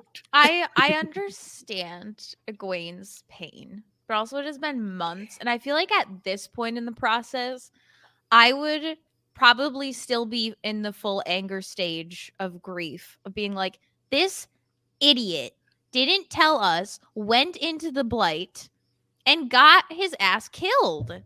Like, what the heck was he thinking? What if we were there? What if we had been with him to help him? Like, I would be furious. Well, if you were there, you would be dead too, Egwene. That's the trouble. Moraine told you as much. What I'm really look, I think it speaks to Madeline Madden's talent a little bit. The scene annoyed me, and I was like, it's supposed to be annoying, I think. I think like she sounds so like kind of whiny and like ridiculous. She's like, but Rand. But I do think that what's really interesting to me coming out of it is like, okay, how do you feel about Moraine? How do you feel about like Moraine's role in whatever happened? Yes. And then we roll right into it. Here's our dude, right? We're going to see Matt digging at this thing on the wall. Andy Dufresne. He's behind the Raquel Welch poster trying to break out of Shawshank. I love it. That's going to be a fun plot line to track. But then she says for Rand, may his spirit find his way back to us in this life or the next. He gave his life to save us all from the Dark One. Taylor, I know that you're annoyed that he went alone, but he did try to do the right thing in his stupid noble sacrifice, very boy way. I'm proud to have called him friend. And I like that beat at the end, that it's not about like, I wanted to have his babies, we were going to be married, we were going to this. Really, though, you know Oh what I mean? It's yeah, like a little bit of a absolutely. pivot of like, this is somebody that I grew up with that's so important to me, and they're dead. And I never got to Mhm. say goodbye. And I think it at least remoors it in a way that wasn't insulting to me, I Yeah. guess. No, no, no. It was really nice. Like once I got past the like, I just miss Rand so I much. know it's quite a line delivery, but It was just, it's just like so. Wah. Okay, Egwene, let's just relax here. But it is very sad. They've lost a friend. They're all separated. This is very hard for them. They've all lived in a small village for so long, and now for a few months they've been separated and on this crazy journey already. Um, and it's understandable, and it is very sad. But wait, the Dragon Reborn is not lost. He's right there. He's coming with his lantern in the dark. I loved it. I really think, I was talking about it in the Discord.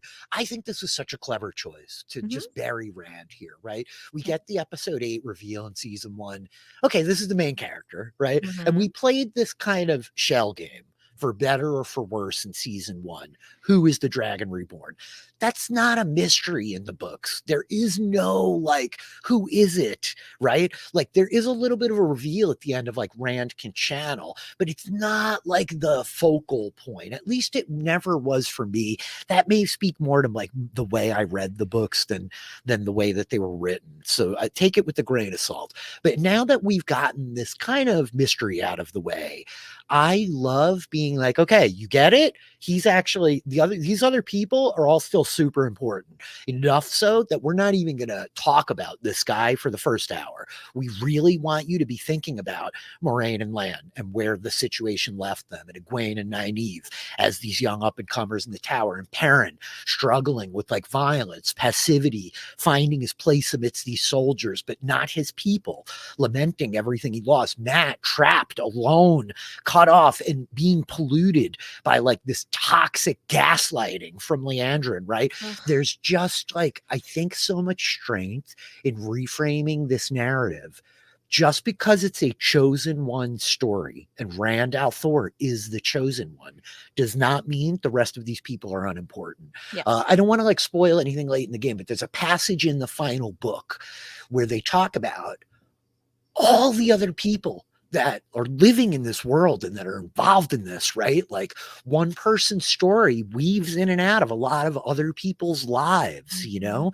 And even if you are not Taviran and the Dragon Reborn and a reincarnated Luthor and Telamon, you have power. You impact people's lives as you go through your own. And so I just thought it was really just a good narrative device for folks who are really excited about Rand. Like, I'm a pretty unabashed Rand fan. I Mhm. love a good protagonist. A lot of people read this story and like come away at the end that are like, Rand is so annoying. And that's a really fair take. He's very annoying, you guys. He's He's very annoying. he's annoying, but he is very lovable. Like I He think is. one thing that is great about this series, I can look at all of these characters and I can find their motivation and why they act the way that they do. Mm-hmm. And I think that makes for strong characters. I did want to ask. We talked a little bit about new Matt in the preview pod. New How'd Matt. you how'd you feel about new Matt? Did you like him? How did you think? How'd you think? What'd you think? How did How'd I you think? think? I thought New Matt was great. I thought like Josh was joking that he's in the same clothes. I think it's a really great choice. I think like, look, it communicates the narrative that like this guy never made step foot out of Tarvon. Yeah, The no. Reds like pinched him and put him right back in the tower, right? He Mhm. went from the gate back to the city and like got nailed. And I think that the actor has got a really tough position to come in for a season 2 and have to fill this role, right? Especially with all the ambiguity around the kind of meta of it all, which is like, why did Barney Harris leave? Why Mhm. did we have to recast? Like the guy seemed pretty good, you know? But I thought this kid nailed it. I think like no spoilers, but part of why I love this series is the character progression. These kids from the little farming town, they're changed by the world as they go out and experience it. They're not going to be the same people at the end that we met at the beginning, right? Yes. And Matt changes along the way. And I think that Donald Flynn probably will portray the later like iteration of Matt better. I'm really excited to see what he looks like in the role by the end of the season. I Yeah. guess. I'll say that. Like, I think that Matt coming out of this situation will, and no spoilers, but like, yeah, he's a main character who probably will get out of the tower, right? Probably, we're guessing, but like wherever we're gonna come to him later on, like, will be interesting. I'm excited to see it. How do you work for Yes. you? Because I know Barney Harris like evokes some tones close to a Matt in your old life, and I don't know how like how this works for you.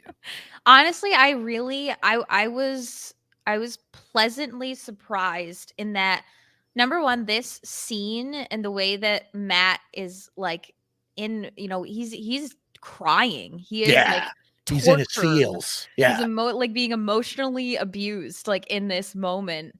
And I think that that must be so difficult for this to be our first scene with Matt of the season, and it is so kind of out of character feeling for his normal demeanor and attitude.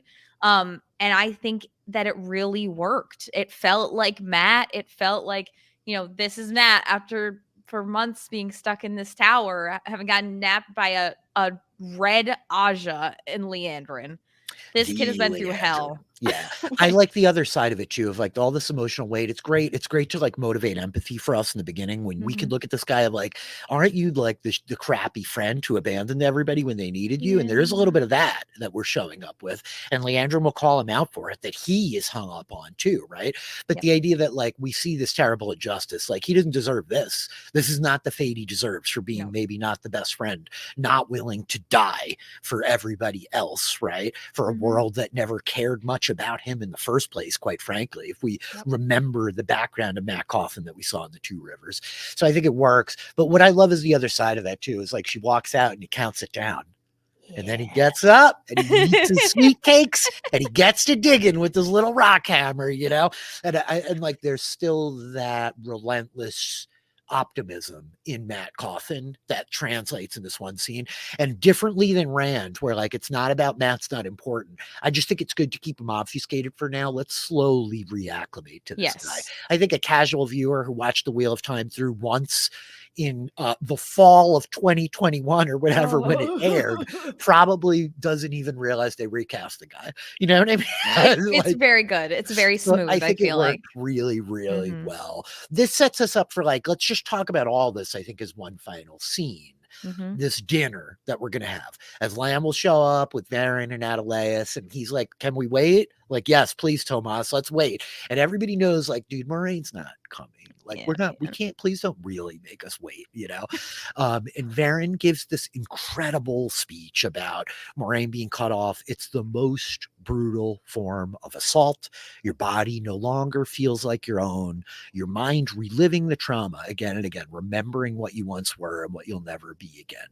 Mhm. When I look at her, I don't see weakness. I see strength. She fights every day. She wakes up. She puts one foot in front of the other. We're talking about like a woman being stripped of her magic, but this feels like pretty emblematic of like a lot of women's stories to me, Taylor, in like a Absolutely. very visceral, really tangible kind of way.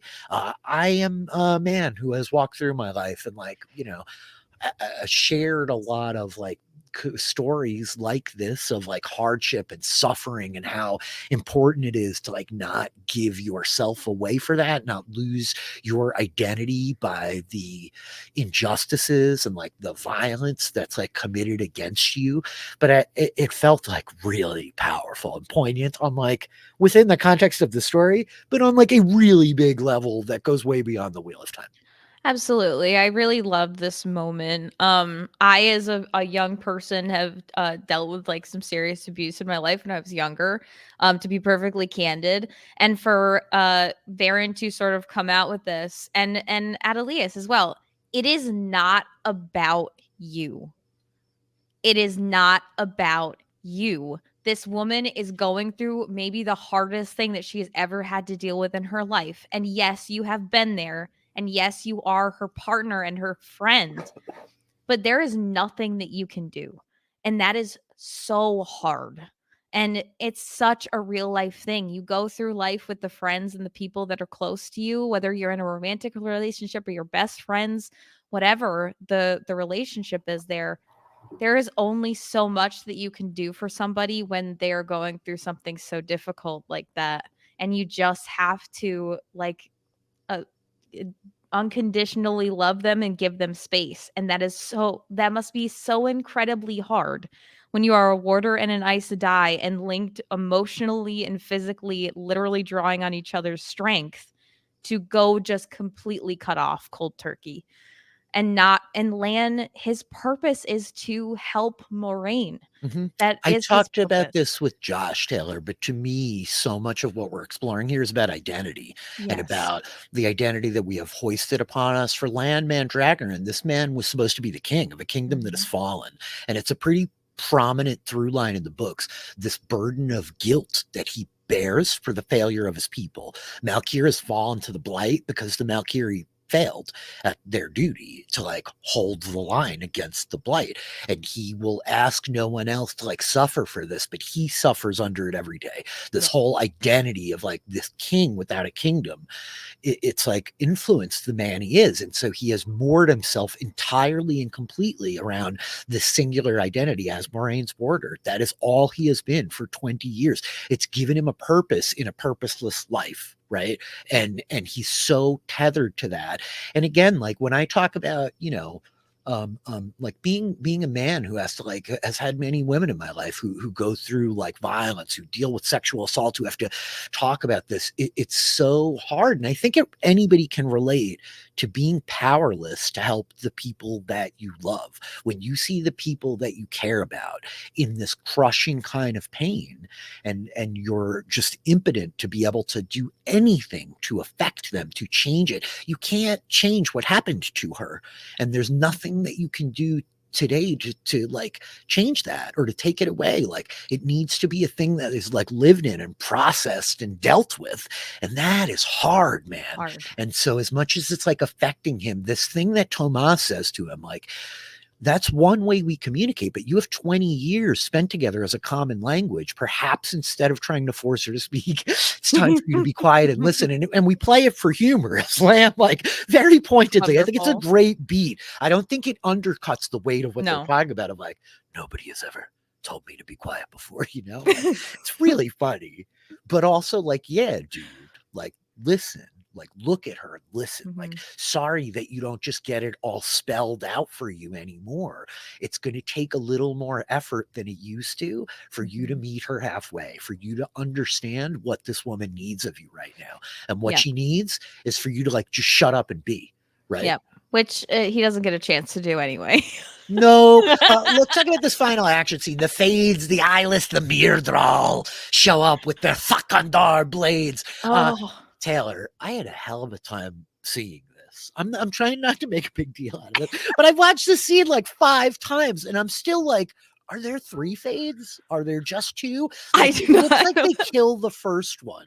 Like, Moraine gets the knife, and Lan shows up. They cut it down. Lan grabs his sword up in a very cool little kind of flippy move, and it's fighting with 2 swords. But my big critique of episode 1 is like, very dark. It's too dark, you guys.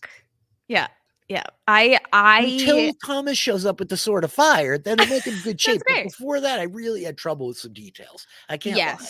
No, I did too. It wasn't terrible, but I could not keep track of how many Fades there were.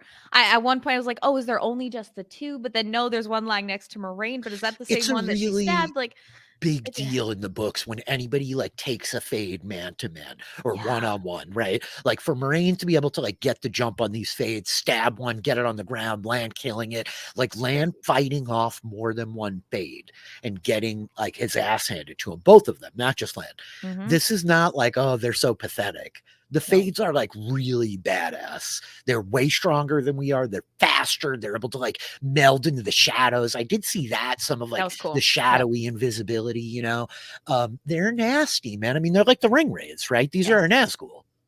Absolutely. Yeah. They're incredibly nasty, and they don't play fair. They play to win. So the scene, the part where they swipe their blade across the back of Lan's leg. Oh yeah, dude. Ooh, that was not nice. This whole scene was it was so brutal. And it's again, like Moraine is sitting there. Number one, she was a little bit of an idiot and decided that she was going to peace out. I without know. telling anybody. She's maybe not, like, doing the best that she could for Lan. I think she's not giving this No. guy enough credit for how dedicated he is to her. He's Yeah. being a little petulant, and for that, maybe he does deserve some cold shoulder. But come on, this is your number one right-hand guy. Yeah. No, she's being incredibly cold, and she is like in her way pushing him away, so that way like she can feel like she's not a burden to him, like she wants nobody to worry about her, which yeah, relatable. But this scene was really brutal. Moraine sliced across the stomach, uh, helpless on the ground, trying to grasp the power that is just out of her reach. Is heartbreaking. And These then you two. see the weaves at the end as the weaves Yeah. start to form, and there's that moment of her being like, "What?" But, of course, it's Varen in the back. I Mhm. love Varen, shield your ears. This is because the Myrddraal are, like, screaming, the Eyeless are doing this scream. They have this kind of, like, terrifying fear aura, right? Mhm. It really I love it. I love Tomas and, like, the flaming sword, that whole beat. Varen, like, coming Yes. in to save their asses in the end feels pretty cool, like, getting to see some Aes Sedai action. And that's episode 1. That's Yeah, Taste of Solitude, Taylor. it is. And Lan's ending like, "What aren't you telling me?" Right now is when you're gonna ask that question. Really? Really, Lan? Really? No. Stop it. Just like you guys are literally bleeding out. He's Stop not, it. like, fully actualizing the lesson that was given to him at And dinner. You're supposed to shut Lan up, Land. It's quiet time. It's quiet time for Land and Moraine Mandragoran. just like leans over and is like, "Oh my god." Like finally. By the light, she does. She's just like, "This guy, Like uh" I'm literally like holding my insides in my stomach, and this guy is asking me to tell him my secrets.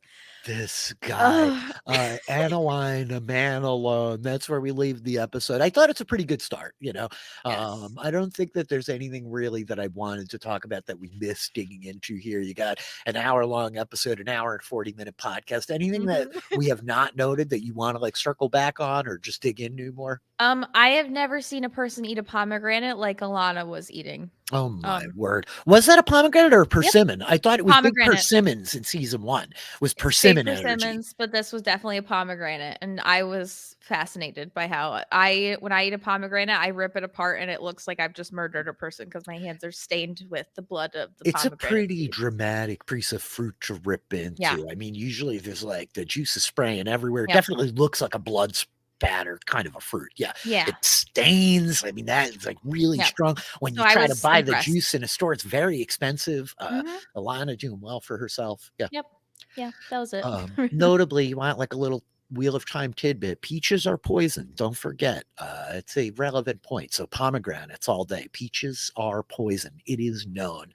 Taylor, that's episode 1 of season 2 of the Wheel of Time. We're going to be back in just a few days' time. This Mhm, podcast will be dropping on Sunday immediately after the finale. You'll be hearing from us talking episode 2, I believe, on Tuesday, episode 3 on Thursday, right before we get the episode 4 rollout. So the season's going to go fast. We're trying to mhm, spread our coverage out here for you all. Of course, we're recording all these. You can catch them on YouTube. Postshowrecaps.com is the YouTube or is the website, but Post Show Recaps on YouTube. You'll catch it all. Postshowrecaps.com/Wheel of Time is the RSS feed.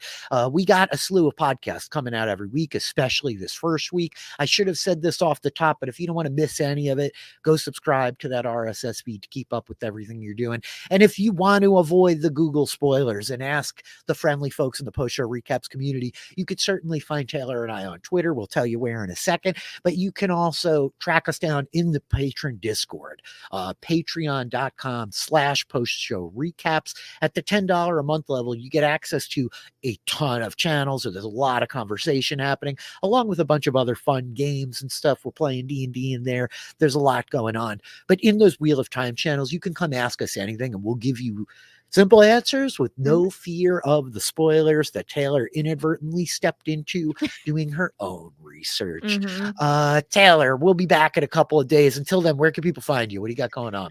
Yeah, I'm a Ronnie Ronnie 422 on most places on the internet. You can find me there.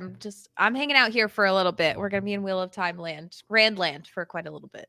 It is the journey through Randland. I, of course, am at DM Philly out there on the internet. Twitch.tv/DM Philly. Catch Taylor and I with a bunch of our friends playing D&D. The bots for that are over on the YouTube. I'm talking about Ahsoka as it's been fired up with the great Brandon Fitzpatrick, Latanya Starks, Mike Bloom, and myself. We are the Rebel Squadron talking through that show. It's really been a pretty fun time so far. Prez and I will be back with the book club. You think you could expect that dropping Wednesday this week. He and I are also talking about The Winter King, a new series streaming over on MGM Plus.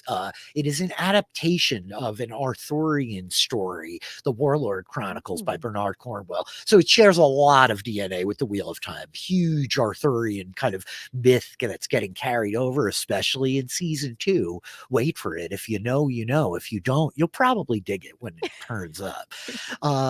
There's a bunch of other stuff going on. I'm talking about Foundation. That season is ending incredibly strong with Grace and Austin Smith.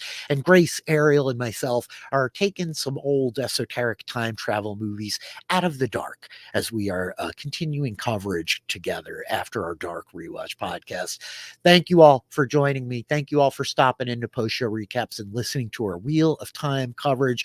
Ratings and reviews are appreciated as the season is getting started over here on iTunes. It makes all the difference for us to kind of get some more attention, catch some more ears, hearing our missives from on high. We will be back in 3 days' time. But until then, just remember, the wheel weaves as the wheel wills.